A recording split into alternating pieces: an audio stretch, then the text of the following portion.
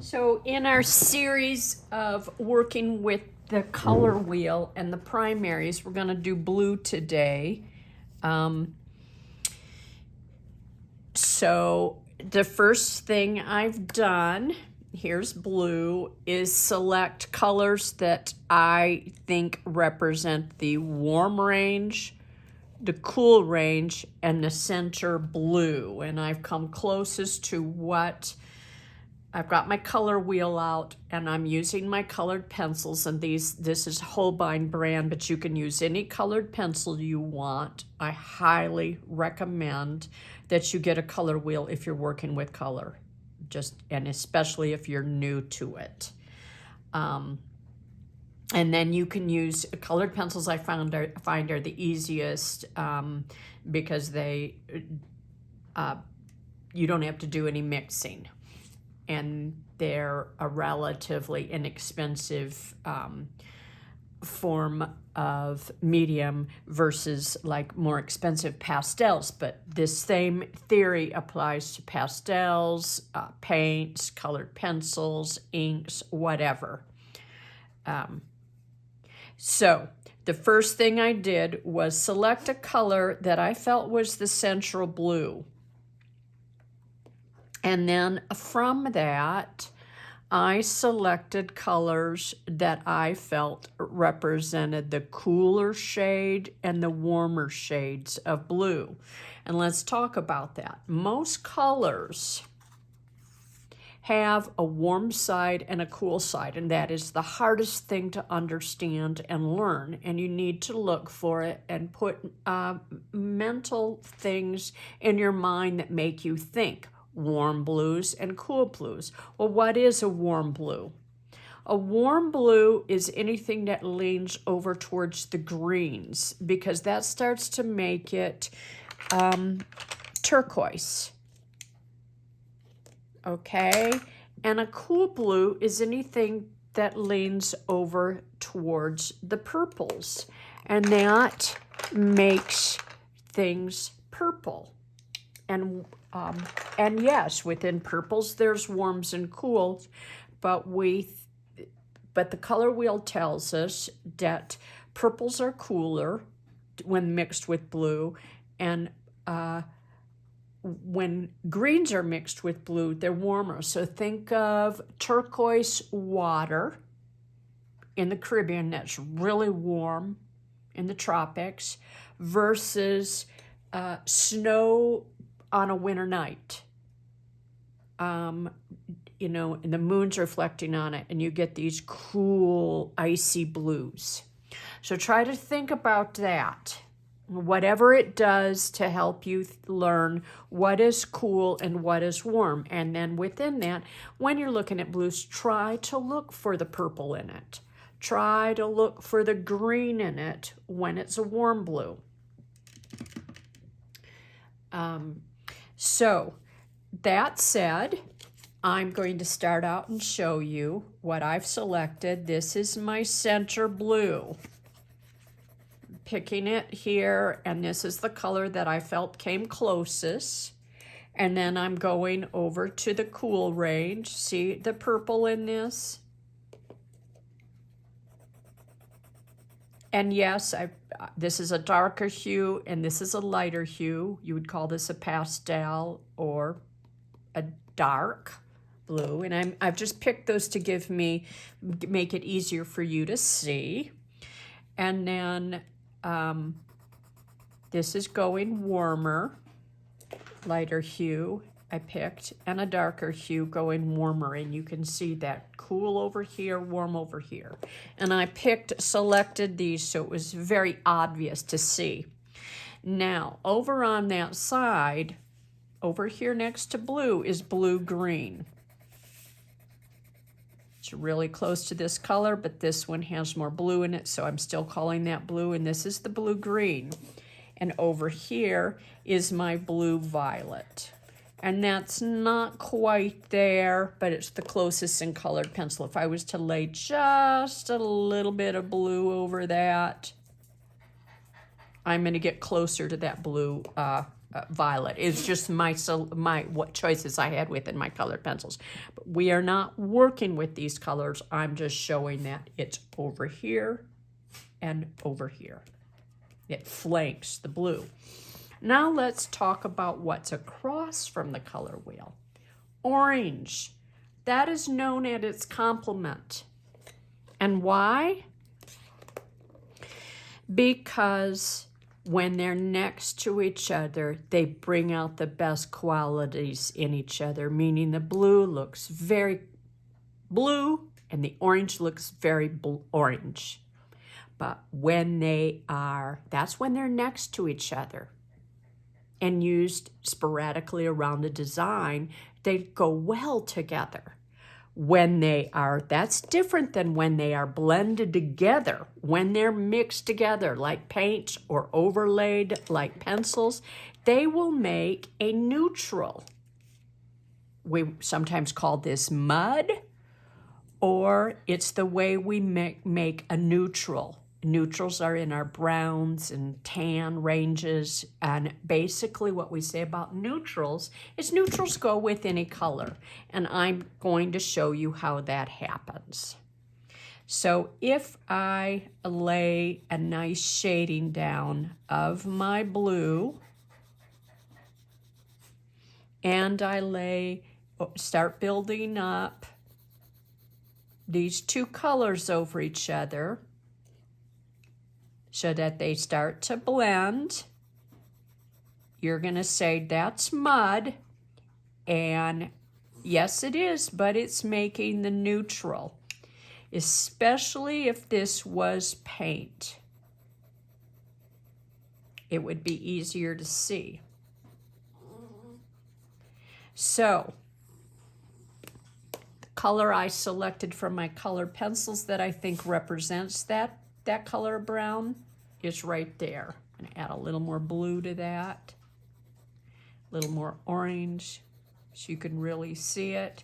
And that is the one that I felt came closest to. Of course, it's not a perfect match because I'm not actually mixing colors. I'm using what I have available in my colored pencils. Next, I want to show you shading. So I use a sharp pencil, and I've drawn a little chart here. And I'm going to go light to dark. And with shading, I use a twirling motion. See how I'm twirling? And I can overlap and build up shading and build up color. And the overlapping and twirling hides the lines. So here I'm going to start with a very light touch with one. I'm building up. I'm putting a little more pressure with two, and then more pressure with three, more pressure with four, and here's where I will start overlapping. And then more pressure and overlapping. And then 6. You can build this up as much as you want to get the range you have, but that is a nice way to practice shading.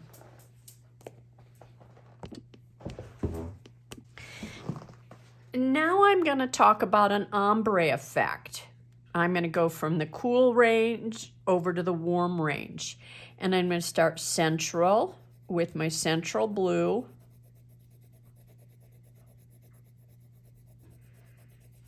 Looks like I've given that about a number 2 towards 3. I'm going to overlay, overlap,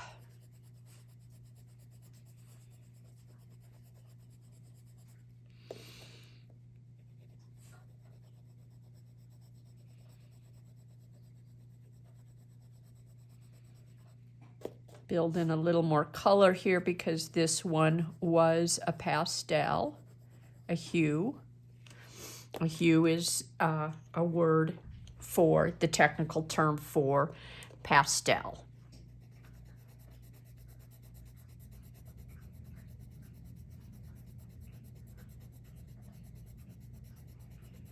But you can see that no matter how intense these two colors, intense and light that is, shading can make them within the same value, like either hue or a solid color.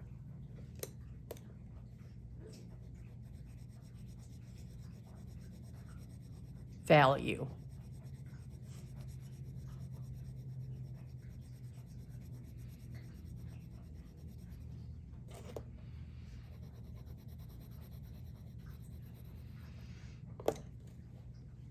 So that term for solid is value, and the term for pastel is hue.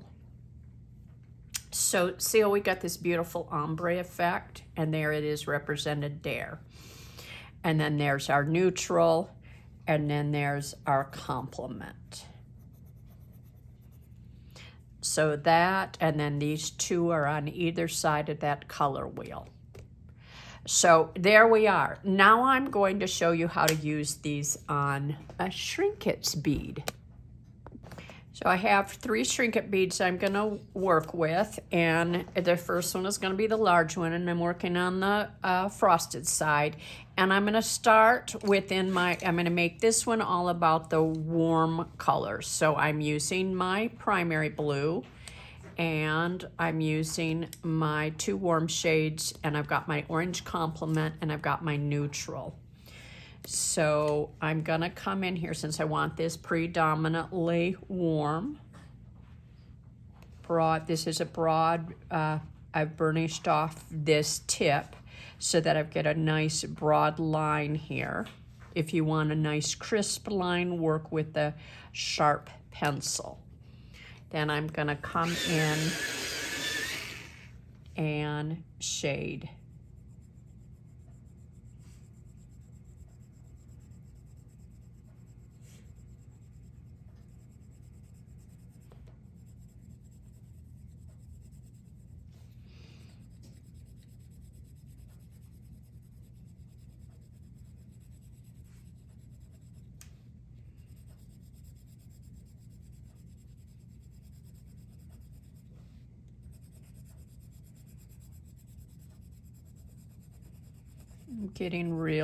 Building it really up towards the center here, twirling and overlapping,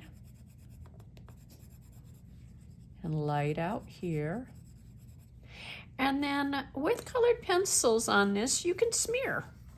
Nice colored pencils have oils in them, and you can smear, and that gives that a really nice blended look. And then I'm coming in here with my true blue. Let's get that tip sharper. It's a nice contrast to use the blunt tip and a sharp tip. And I'm going to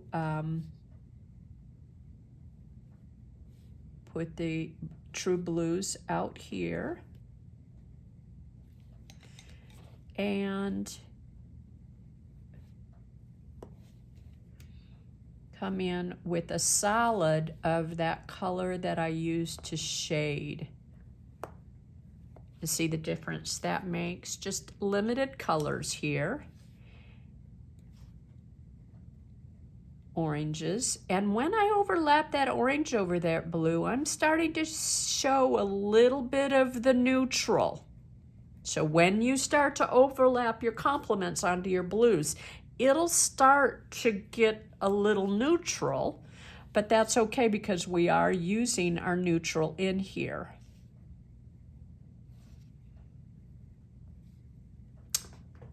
I think that's all I'm gonna do with that one, and then I'm gonna go on to my second one. So this is in our warm range, and I'm putting my warm colors away, and I'm gonna bring out my cool colors for this one, along with my main blue and my complements.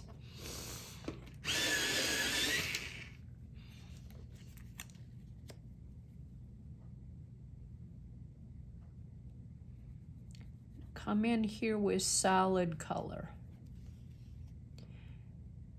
the value of it. I'm shading, but I'm shading at that really intense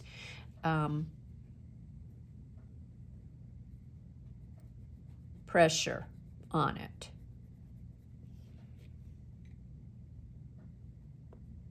So I'm up there at the 6 range.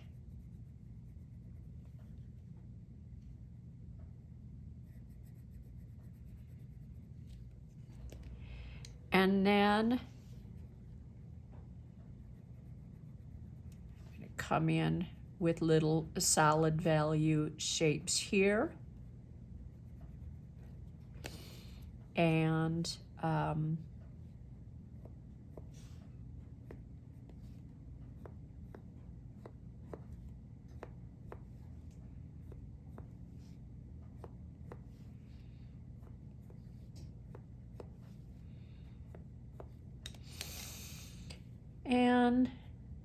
tiny complements.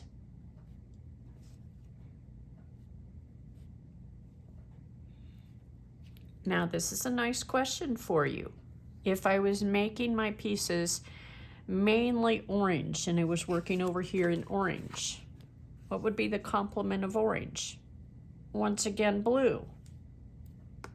And I would use tiny blue accents. So I forgot to put one right there.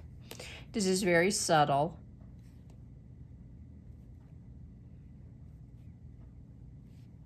Okay, there we have that. And now I'm going to go here and I'm going to mix both warm and cool together.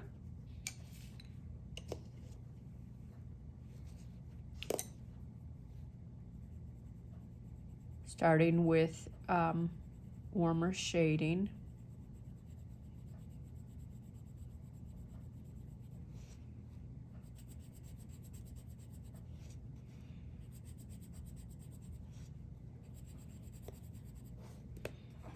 Smear a little and do an ombre with this.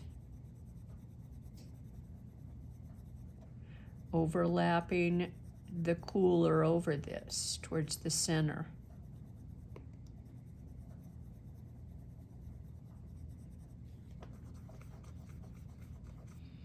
Smear it.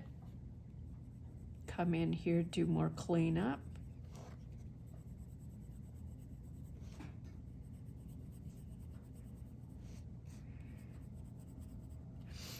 And I'm going to try to make this really obvious that I'm working cool to warm. We'll see how it turns out. This is my cool. And this is my warm.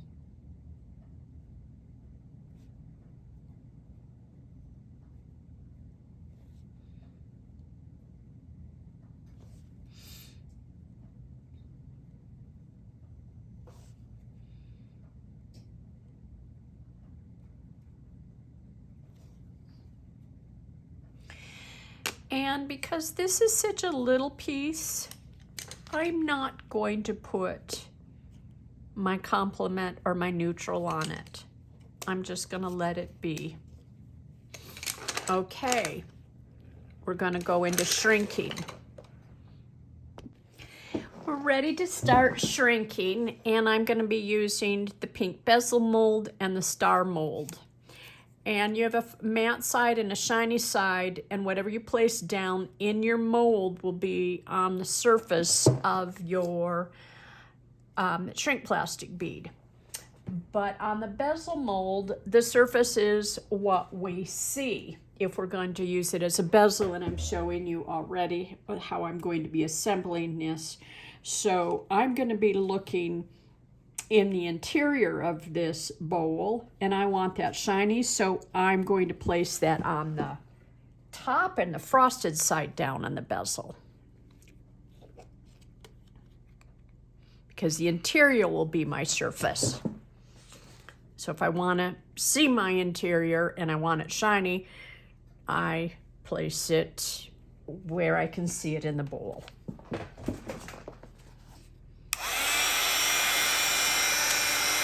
And I'm shrinking about at the level of the glide pin and going around the perimeter. Now your way of shrinking should be straight down, but I do it in an angle when I'm showcasing this so that you can see the piece shrink. I mean, it does make my heat blow away from the bead, which is an optimum. That's why I want you to shrink straight down. And then I work the edges, always at the perimeter.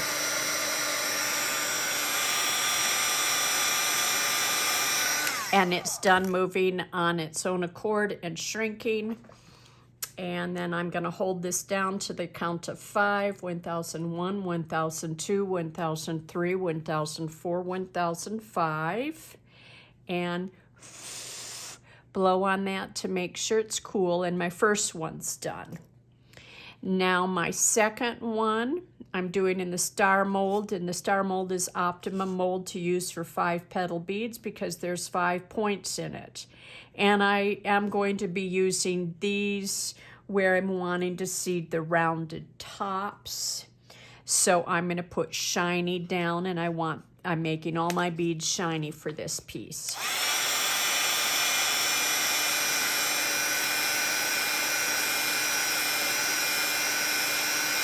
Always shrink straight down. I'm only at an angle for the purpose of this video. Then I take my finger or any tool you have handy and line up my petals to the indentations on the mold, and I hold it down to the count of 5. 1001, 1002, 1003, 1004, 1005.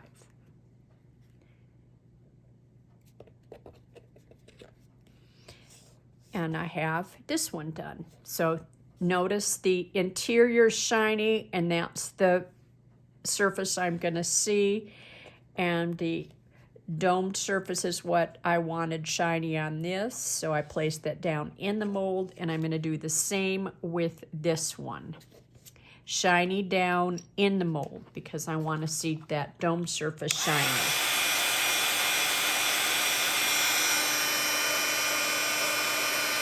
And it shrunk fast, and it fell into place. It doesn't need a lining.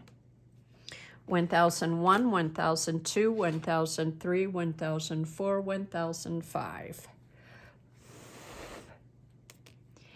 And there I'm showcasing what we have. Middle range blue, cool blues, warm blues. And next, I'm going to assemble this into a pair of earrings. First thing I'm going to do is assemble my focal bead. And I've strung on a seed bead. And I've placed it in the saddle in the center of my fire line. This is number 6 pound fire line. And you can use a needle if you're doing something like this at home.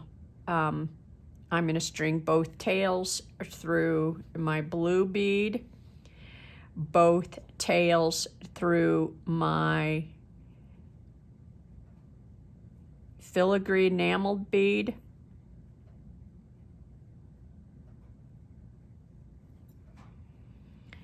both tails through the hole in my Shrinkets bead.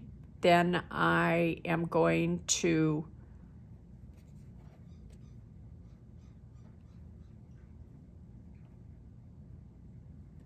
string on both tails through my Heishi bead, separate my tails, grab a bead, tiny seed bead on this, and then I'm going to tie it off. And I want to tie it so tightly that that orange bead snugs into the center of the Heishi bead. And I'm going to help push it so it does. And there's a reason for this, and I'll show that in a minute. I'm going to do a surgeon's knot. I've crossed over, cross over again, and pull tight. And I'm going to set this aside, but for assembling at the very end. The reason the Heishi bead is there is it acts as a surface buffer, so this won't rock so much when I put it into place. So I'm going to set that aside. Now let's talk about this little chain that I've put on here. Got this tiny chain, and I found I have one shorter length and one longer length, and I did this off camera. I put a jump ring on the link and attached it to the base of my my bezel. So the jump ring went through one of the links, and then these are off-centered. And I trimmed them after with scissors after I strung it on, so that, and I made both earrings so that they would be even, and I trimmed them up at the same time. So next, I'm going to do some wire wrapping, and I'm going to make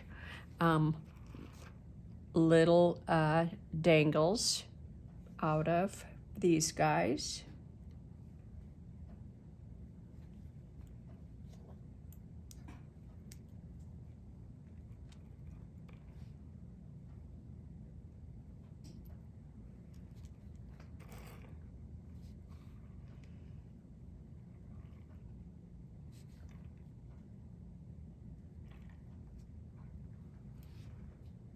There's one, and then I'm going to make a larger one.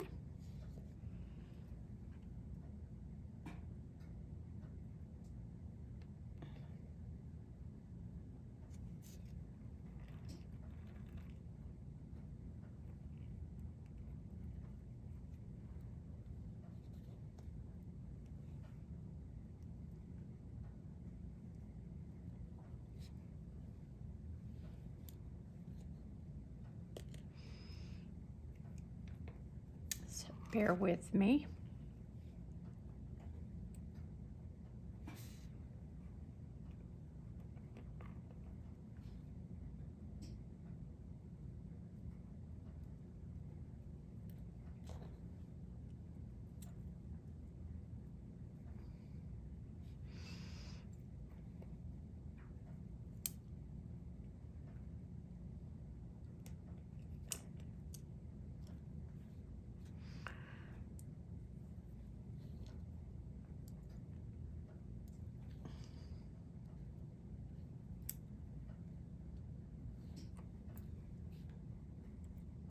Okay, and I'm going to be wire wrapping those. Whoops, that was my heat gun. I'm grabbing a needle nose pair of pliers. Everything's falling here. Here's my round nose pliers, and I'm putting those in about so, with a little bit of length here to do my wrap, and I'm bringing this down and around. I'm grabbing it and rolling that a bit, and I can just put the smaller one right in here before I wrap it closed. I'm going to grab that and take my tail and wrap.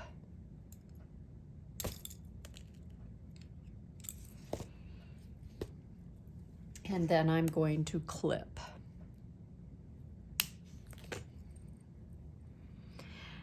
And get this untangled. Got itself all tangled up. There.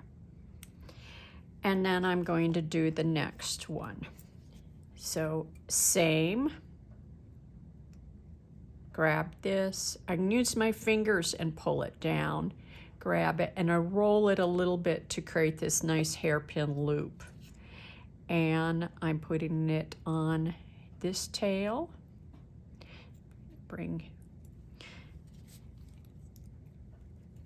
Grab my loop and bring my tail around.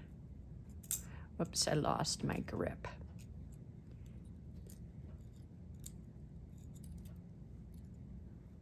It's a little tricky here. Try not to break the little seed bead and to keep the wire, the chain in back. So I've got 3 around there and I'm nipping that. And I've got these 2 sweet little dangles on here.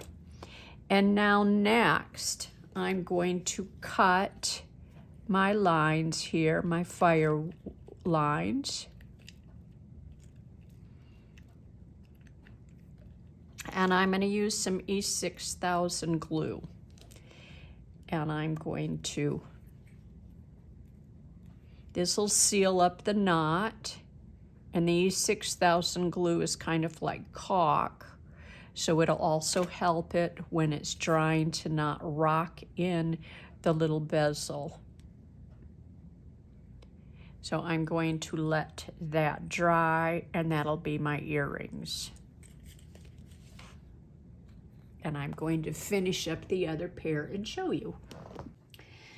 So we are done, and this is what our beads look like, our earrings look like. They have ranges of blues in the cools and warm ranges, and then our complement orange on them.